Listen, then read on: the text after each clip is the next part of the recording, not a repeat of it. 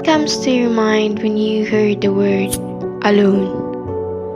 Welcome to CM Film. By the way, CM's here, and I want to talk about something we often avoid, being alone. Today, I'm excited to share our very first episode, titled Alone. So let's explore the beauty of solitude and rediscover the value of being alone. Have you ever felt lonely in a crowded room? Surrounded by people, yet disconnected? Well, ako, personally, yes, I do. I do experience being alone or feeling alone. But what if being alone allowed us to find genuine connections with ourselves? Solitude fosters creativity, introspection, and growth. It's where innovation sparks and meaningful relationships begin with ourselves. Alone time? Let us peel away societal expectations and discover our true selves. Being alone doesn't mean isolation. It means liberation, no pretenses, no expectations, just authenticity. Sabi ko nga kanina, I've been there already. Feeling alone and being alone. Lahat naman ata tayo sa tingin ko, nakaranas na tayo ng feeling alone at being alone.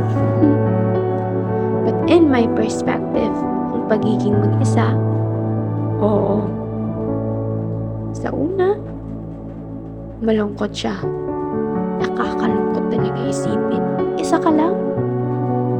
Pero kung mas nililiman mo pang kilalanin ang salitang mag-isa, ma-e-enjoy mo siya.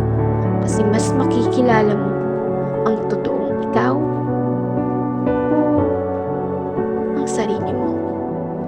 Imagine pursuing passions without judgment and exploring thoughts without interruption.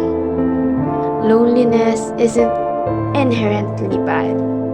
It's a signal, a reminder to reassess priorities, nurture meaningful connections, and cultivate inner peace. May iisip mo din talaga minsan na ganito pala yun. Nararanasan ko na siya, ang sinasabi nilang payapa.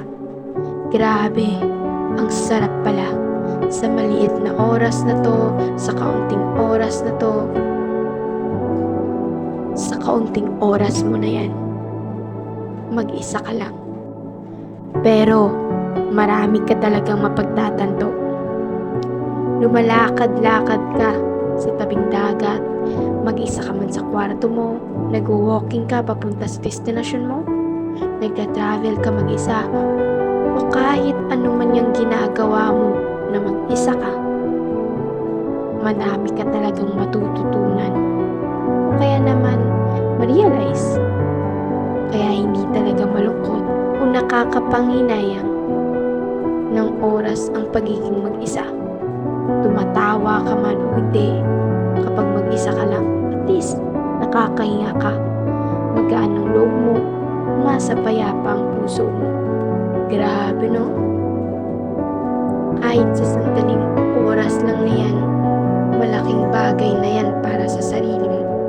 Kaya huwag kang matakot, mahiya, kahit anuman yang negatibo na nararamdaman mo kapag mag-isa ka.